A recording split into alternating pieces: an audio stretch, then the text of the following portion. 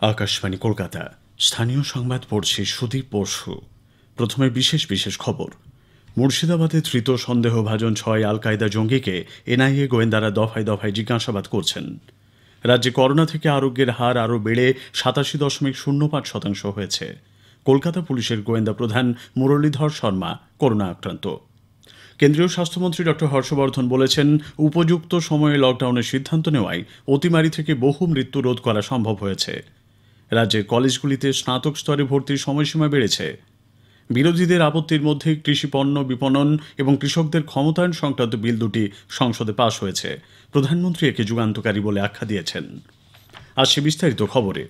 মুর্শিদাবাদে ধৃত সন্দেহভাজন ৬ আল কায়দা জঙ্গিকে এনআইএর গোয়েন্দারা কলকাতার সল্টলেকের দপ্তরে দফায় দফায় জিজ্ঞাসাবাদ করছেন। জানা গেছে, নিজেদের মধ্যে এরা হোয়াটসঅ্যাপে বিশেষ কোড ব্যবহার করে কথা বলত। রানীনগরে আবু সুফিয়ানের বাড়ি লাগোয়া একটি ঘরের মধ্যে গোপন কুঠুরির খোঁজ মিলেছে। গোয়েন্দাদের অনুমান, বিস্ফোরক লুকিয়ে রাখার জন্য কুঠুরিটি ব্যবহার করা হতো। পশ্চিমবঙ্গে আল কায়দার সক্রিয় চক্রের হদিশ মেলায় রাজ্যের বিভিন্ন জায়গায় তল্লাশি চালানো হচ্ছে। মুর্শিদাবাদ থেকে আমাদের সংবাদদাতা জানিয়েছেন, আন্তর্জাতিক এবং আন্তঃজেলা সীমান্ত এলাকায় থানাগুলিকে সতর্ক করে দেওয়া হয়েছে। চলেছে বিশেষ নজরদারি। মুর্শিদাবাদের বাসিন্দা আরও ৩ সন্দেহভাজন আল কায়দা জঙ্গি কেরলের এর্নাকুলামে গ্রেপ্তার হয়েছে। ৯ জনকে ট্রানজিট রিমান্ডে দিল্লি নিয়ে যাওয়া হবে। এদিকে জঙ্গিযোগে মুন্না সরকার নামে আরও এক যুবকের খোঁজ চালাচ্ছে পুলিশ। রেস্তোরাঁ কর্মী মুন্না জলঙ্গির বাসিন্দা। জঙ্গি সন্দেহে ধৃত মইনুল মণ্ডলের সঙ্গে লকডাউনের মধ্যে সে বাড়ি ফেরে বলে জানা গেছে। রাজ্যে করোনা থেকে আরোগ্যের হার আরও কিছুটা বেড়ে ৮৭.০৫% হয়েছে। ২৪ ঘন্টায় সুস্থ হয়ে উঠেছেন ২,৯৫৮ জন। এই নিয়ে মোট ১,৯৫,৯৭২ জন সেরে উঠলেন। এদিকে এই সময় নতুন করে ৩,১৭৭ জন করোনা আক্রান্ত হওয়ায় সংক্রমিতের সংখ্যা বেড়ে হয়েছে ২,২৫,১৩৭। রাজ্য স্বাস্থ্য দপ্তরের গত সন্ধ্যার বুলেটিন অনুযায়ী একদিনে ৬১ জনের মৃত্যু হয়েছে, যার মধ্যে উত্তর ২৪ পরগনায় ১৬ জন এবং কলকাতার ১৫ জন রয়েছেন। এই নিয়ে রাজ্যে মৃতের সংখ্যা বেড়ে দাঁড়ালো ৪,৩৫৯। কলকাতা পুলিশের গোয়েন্দা প্রধান মুরলীধর শর্মা করোনা আক্রান্ত হয়েছেন।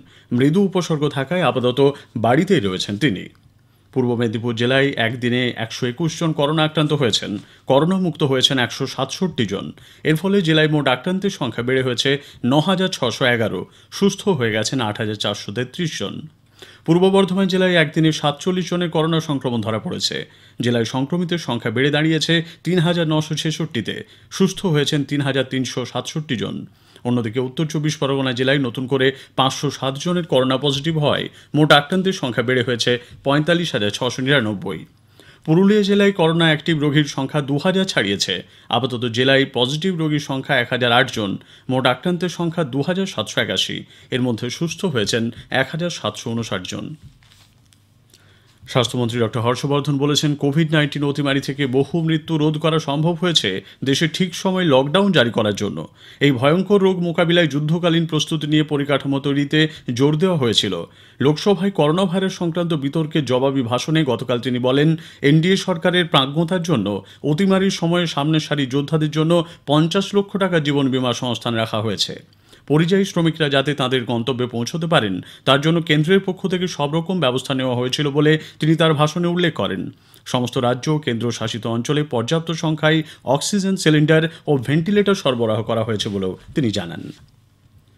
রাজ্যের কলেজগুলিতে স্নাতক স্তরে ভর্তির সময়সীমা বাড়ানো হয়েছে। শিক্ষামন্ত্রী পার্থ চট্টোপাধ্যায় গতকাল এক সাংবাদিক বৈঠকে এই তথ্য জানিয়েছেন। তিনি বলেন, ২০ থেকে ২৫% আসন ফাঁকা থাকায় ভর্তির সময়সীমা বাড়ানোর সিদ্ধান্ত হয়েছে। তবে অনলাইনে আবেদন করা হয়েছে কিংবা ওয়েটিং লিস্টে রয়েছেন এমন পড়ুয়ারাই ভর্তির সুযোগ পাবেন। জেলায় চিকিৎসকের অভাব দূর করতে স্নাতকোত্তর স্তরের মেডিকেল পড়ুয়াদের ৩ মাস জেলায় কাজ করা বাধ্যতামূলক করার সিদ্ধান্ত নিয়েছে মেডিকেল কাউন্সিল অফ ইন্ডিয়া। ২০২০-২১ শিক্ষাবর্ষের পাঠ্যক্রমে বিষয়টি অন্তর্ভুক্ত করা হবে। তৃতীয়, চতুর্থ ও পঞ্চম সেমিস্টারের পড়ুয়াদের জেলায় কাজ করা বাধ্যতামূলক করা হবে।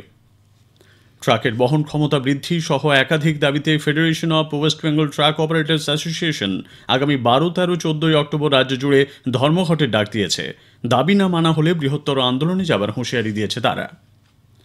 স্থানীয় সংবাদ শুনছেন আকাশবাণী কলকাতা কেন্দ্র থেকে। বিরোধীদের তুমুল হইহট্টগোলের মধ্যেই সংসদে কৃষিপণ্য বিপণন ও কৃষকের ক্ষমতায়ন সংক্রান্ত বিল দুটি গতকাল পাশ হয়েছে। রাজ্যসভায় ধ্বনি ভোটেই দুটি বিল পাশ হয়। লোকসভায় আগেই দুটি বিল অনুমোদিত হয়েছে। প্রধানমন্ত্রী নরেন্দ্র মোদী সংসদে এই দুটি কৃষি বিল পাশ হওয়াকে ভারতীয় কৃষির ইতিহাসে যুগান্তকারী আখ্যা দিয়ে বলেছেন, প্রস্তাবিত আইন দুটি অসংখ্য প্রতিবন্ধকতা থেকে কৃষকদের মুক্তি দেবে, নিষ্কৃতি দেবে ফড়েদের অত্যাচারের হাত থেকে। কৃষিমন্ত্রী নরেন্দ্র সিং তোমর বলেছেন, ফসলের জন্য সরকারের ন্যূনতম সহায়ক মূল্য ব্যবস্থা অব্যাহত থাকবে।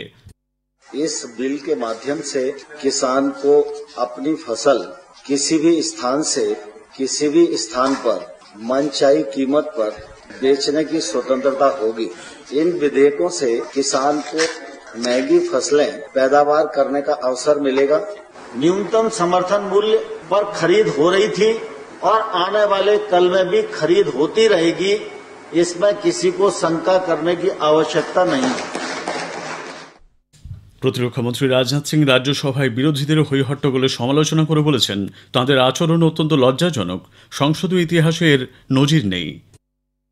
राज्यसभा में जब कृषि से संबंधित 2 विधेयकों पर चर्चा चल रही थी, उस समय राज्यसभा के अंदर जो कुछ भी हुआ वह जहां दुखद था वही दुर्भाग्यपूर्ण था, और इससे भी आगे जाकर मैं कहना चाहूंगा कि वो अत्यधिक शर्मनाक था। संसदीय मर्यादाओं का पालन करते हुए अपनी भूमिका का निर्वाह करना यह अपेक्षित होता है, एक्सपेक्टेड होता है विपक्ष के द्वारा भी, लेकिन आम जनता के अंदर, आम किसानों के अंदर एक गलतफहमी पैदा करके केवल निहित राजनीतिक स्वार्थ को साधने की जो कोशिश की जा रही है, मैं समझता हूं कि स्वस्थ लोकतांत्रिक परंपराओं के यह अनुकूल नहीं है। অন্যদিকে কংগ্রেস বলেছে, গণতন্ত্রের ইতিহাসে এই দিনটি কালো দিন হিসেবে স্মরণীয় হয়ে থাকবে। কৃষিক্ষেত্রকে সরকার কর্পোরেট সংস্থাগুলির হাতে তুলে দেওয়ার চেষ্টা করছে। দলের নেতা রাহুল গান্ধী গতকাল কৃষি বিল দুটিকে কৃষকদের মৃত্যু পরোয়ানা আখ্যা দিয়ে বলেছেন, গণতন্ত্র এতে লজ্জিত বোধ করছে। এদিকে বিল পাশের প্রতিবাদে হরিয়ানায় কৃষকরা গতকাল রাস্তা অবরোধ করেন। কেন্দ্রীয় সরকারের কৃষি সংস্কার বিলের প্রতিবাদে আগামী 25শে সেপ্টেম্বর দেশের 250টি কৃষক সংগঠন সারা ভারত গ্রামীণ বন্ধের ডাক দিয়েছে। এ রাজ্যের কৃষক ও ক্ষেতমজুররা বন্ধে সামিল হবে বলে জানিয়েছেন অল ইন্ডিয়া কৃষক ও ক্ষেতমজদুর সংগঠনের রাজ্য সম্পাদক পঞ্চানন প্রধান। বীরভূমের মুরারই থানার মুর্শিদ পাড়ায় 9ম শ্রেণীর এক ছাত্রীকে রাস্তা থেকে তুলে নিয়ে গিয়ে ধর্ষণের অভিযোগ উঠেছে গ্রামেরই এক যুবকের বিরুদ্ধে। অপমানে ওই নাবালিকা বিষ খায়। গতকাল সকালে রামপুরহাট মেডিকেল কলেজ হাসপাতালে মৃত্যু হয় তাঁর। শনিবার সন্ধ্যায় টিউশন পড়ে বাড়ি ফেরার পথে মেয়েটিকে জোর করে আড়ালে নিয়ে গিয়ে উৎপল মণ্ডল নামে যুবক তাকে ধর্ষণ করে বলে অভিযোগ। কিশোরীর বাবা মুরারই থানায় লিখিত অভিযোগ দায়ের করেন। অভিযুক্তকে পুলিশ গ্রেপ্তার করেছে। পূর্ব বর্ধমানের আউশগ্রামের দিগনগরের কেউতলা আদিবাসী পাড়ায় ডাইনি সন্দেহে এক বধূকে গ্রাম ছাড়া করার দাবিতে দিনভর ব্যাপক উত্তেজনা ছড়ায়। গ্রামবাসীদের হাত থেকে নির্যাতিতা বধূকে উদ্ধার করতে গেলে পুলিশকে বাধার মুখে পড়তে হয়। আদিবাসী পাড়ার বাসিন্দারা ওই মহিলাকে সন্ধ্যের পর পুলিশের হাতে ছাড়তে রাজি হলেও সেখানে পরে অতিরিক্ত পুলিশ বাহিনী ও র্যাফ কেলে গ্রামের লোক পুলিশকে লক্ষ্য করে ইটপাটকেল ও তীর ছুঁড়তে থাকে। পুলিশও পাল্টা কাঁদানে গ্যাসের শেল ফাটায়। কয়েকজনকে আটক করা হয়েছে। পূর্ব বর্ধমানের মন্তেশ্বরের পুটছুড়িতে দলীয় সভায় যোগ দিতে যাবার পথে পথ দুর্ঘটনায় এক তৃণমূল কংগ্রেস সমর্থকের মৃত্যু হয়েছে। কুসুম গ্রামের দিকে যাবার সময় একটি লরি বাইকে ধাক্কা মারলে ঘটনাস্থলে আসাদুল শেখ নামে ওই ব্যক্তির মৃত্যু হয়। আহত হয়েছেন তার সঙ্গী আলাউদ্দিন শেখ। তাকে বর্ধমান মেডিকেল কলেজে ভর্তি করা হয়েছে। কলকাতার বড়তলা থানা এলাকায় ম্যাসাজ পার্লারের আড়ালে মধুচক্র চালানোর অভিযোগে কলকাতা পুলিশের গোয়েন্দা শাখা 2 জনকে গ্রেপ্তার করেছে। উদ্ধার করা হয়েছে 3 মহিলাকে। সিপিআই মাওবাদীর প্রতিষ্ঠা দিবসের কথা মাথায় রেখে ঝাড়খণ্ড সীমান্তবর্তী জঙ্গলমহলে কেন্দ্রীয় বাহিনীর তৎপরতা বেড়েছে। ওই এলাকায় মাওবাদীরা ফের সক্রিয় হয়েছে বলে খবর থাকায় সীমান্তবর্তী সড়ক এবং গ্রামগুলিতে তল্লাশি চালানো হচ্ছে। চলছে নাকা চেকিংও। এদিকে একসময় পুলিশি সন্ত্রাস বিরোধী জনসাধারণের কমিটির নেতা, বর্তমানে তৃণমূল কংগ্রেসের রাজ্য সম্পাদক ছত্রধর মাহাতোকে এনআইএ জিজ্ঞাসাবাদের জন্য ফের তলব করেছে। রাজধানী এক্সপ্রেস দাঁড় করিয়ে রাখা এবং এক সিপিআইএম কর্মীর খুনের পুরনো মামলায় তাঁকে আবার জিজ্ঞাসাবাদ করা হবে। উত্তর পূর্ব বঙ্গোপসাগরের উপর ঘনীভূত নিম্নচাপ আরও শক্তি বাড়িয়ে গাঙ্গেয় পশ্চিমবঙ্গ সংলগ্ন উত্তর পশ্চিম বঙ্গোপসাগরের উপর অবস্থান করবে। এর প্রভাবে রাজ্যের সব জেলাতেই বজ্রবিদ্যুৎ সহ হালকা থেকে মাঝারি বৃষ্টির সম্ভাবনা। সমুদ্রে উত্তাল থাকার সম্ভাবনা হওয়ায় মৎস্যজীবীদের 22 তারিখ পর্যন্ত সমুদ্রে না যাবার পরামর্শ দেওয়া হয়েছে। আইপিএল ক্রিকেটে গতরাতে রুদ্ধশ্বাস এক ম্যাচে দিল্লি ক্যাপিটালস সুপার ওভারে কিংস 11 পাঞ্জাবকে হারিয়ে দিয়েছে। 2 দলই নির্ধারিত 20 ওভারে 157 রান করায় ম্যাচ সুপার ওভার গড়ায়। ভবানীপুর ক্লাবের 2 ফুটবলার আকাশ মণ্ডল এবং সুদীপ্ত মালাকারের করোনা রিপোর্ট পজিটিভ এসেছে। শনিবার দলের 40 জন ফুটবলারের করোনা পরীক্ষা করা হয়। শেষ করার আগে স্থানীয় সংবাদের বিশেষ কিছু অংশ আরেকবার। মুর্শিদাবাদে ধৃত সন্দেহভাজন 6 আল কায়দা জঙ্গিকে এনআইএ গোয়েন্দারা দফায় দফায় জিজ্ঞাসাবাদ করছেন। কেন্দ্রীয় স্বাস্থ্যমন্ত্রী বলেছেন, উপযুক্ত সময় লকডাউনের সিদ্ধান্ত নেওয়ায় অতিমারি থেকে বহু মৃত্যু রোধ সম্ভব হয়েছে। স্থানীয় সংবাদ শেষ হলো, এরপর বিশেষ সংবাদ 9টা 15 মিনিটে।